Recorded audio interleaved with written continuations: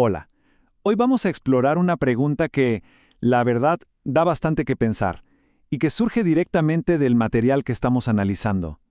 Con tanta comida a nuestro alcance, ¿será posible que en realidad estemos malnutridos de proteína? Vamos a ver qué nos dice el texto. A ver, el punto de partida de este análisis es una idea bastante fuerte. ¿Y si nuestro sistema alimentario actual, ese que nos parece tan normal, en vez de darnos salud, nos estuviera enfermando? Esa es la gran pregunta que vamos a desglosar hoy. Para entender bien este argumento, vamos a seguir una ruta de 4 pasos. Primero, hablaremos de lo que el autor llama un paraíso alimenticio perdido. Después, nos meteremos de lleno en el problema de la proteína contaminada. Luego, veremos cómo esto se conecta con una crisis de salud moderna. Y para terminar, revisaremos la solución que se propone en el texto. Bueno, arranquemos con la primera parte, ese paraíso perdido. Aquí es donde el texto establece su punto de referencia para una salud ideal. El texto nos invita a viajar en el tiempo, hasta la era paleolítica. La idea que se plantea es que en aquel entonces los humanos se alimentaban de proteína limpia, pura, proveniente de la caza y la pesca, y que esto les daba una salud nutricional pues óptima. El gran cambio, según esta visión, ocurrió hace unos 10.000 años con la llegada de la agricultura en la era neolítica. Y ese camino, argumenta el autor, nos ha traído hasta hoy, una era moderna donde los métodos industriales habrían contaminado nuestra comida, dejándonos con muy pocas fuentes de proteína realmente puras. Y ahora entramos en el meollo del asunto con la segunda sección, el problema de la proteína contaminada. El texto nos lleva en un recorrido que va desde la granja hasta el mismísimo paquete que compramos. Para explicar este problema, el material se enfoca en el viaje de la vaca moderna. Se afirma que a estos animales se les alimenta con maíz y soya transgénicos, llenos de herbicidas como el Roundup. Además, se les dan hormonas artificiales para que engorden más rápido y antibióticos durante toda su vida. El autor señala una ironía, que se venda la carne de res alimentada con maíz como algo premium, cuando el maíz ni siquiera es parte de la dieta natural de una vaca. Pero ojo, que según el texto, el problema no se queda en el campo, continúa en el supermercado. La carne se coloca sobre esas bandejitas de espuma de poliestireno y se envuelve en plástico celofán. Se afirma que estas prácticas pueden transferir químicos como los ftalatos a la comida. Y la cosa sigue hasta nuestra propia cocina. El texto señala que cocinar la carne a la parrilla hasta que se quema un poco genera sustancias cancerígenas. Al final, todo se va sumando, como una carga tóxica más para el cuerpo. Y esto no es solo cosa de la carne de res. El argumento se extiende a las aves de corral. El autor nos presenta un contraste que es como el día y la noche.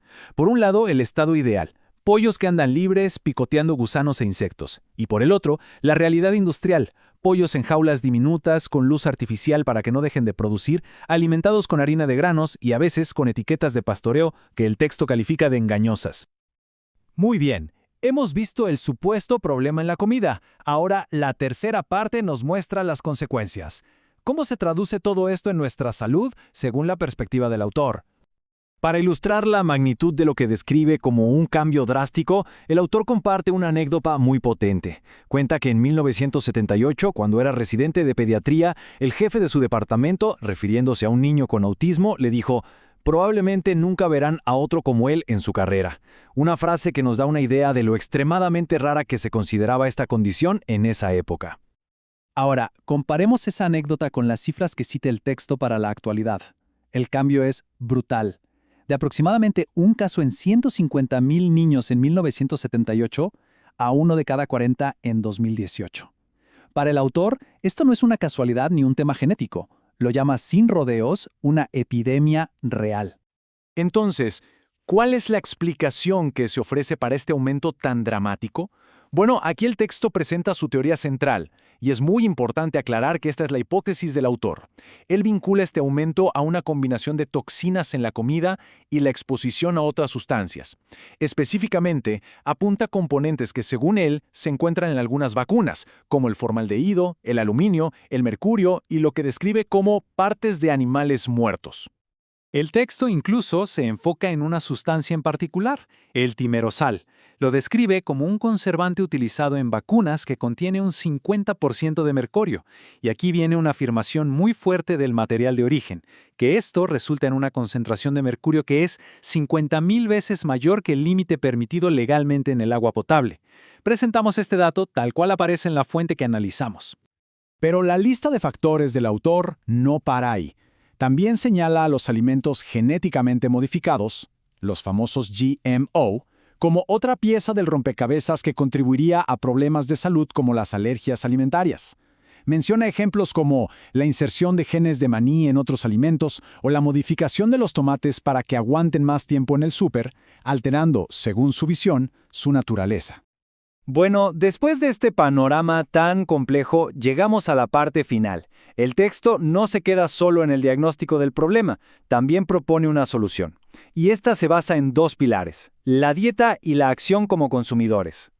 El autor primero echa un vistazo a varias dietas populares y digamos que no salen muy bien paradas en su análisis.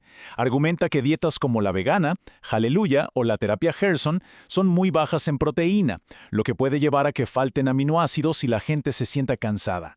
Afirma que incluso la dieta estándar de muchos países es deficiente.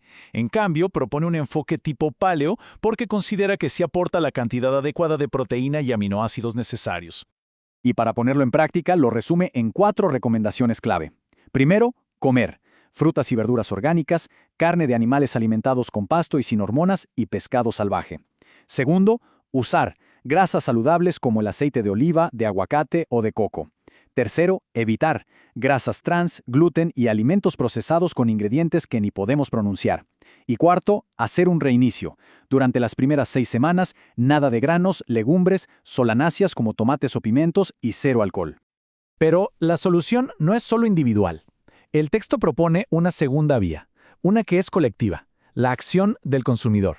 La idea es sencilla pero poderosa: dejar de comprar alimentos contaminados.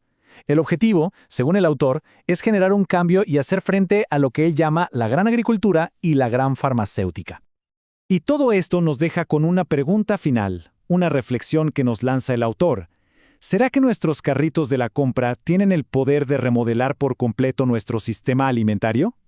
Una idea potente sobre el impacto de nuestras decisiones diarias que sin duda nos deja pensando.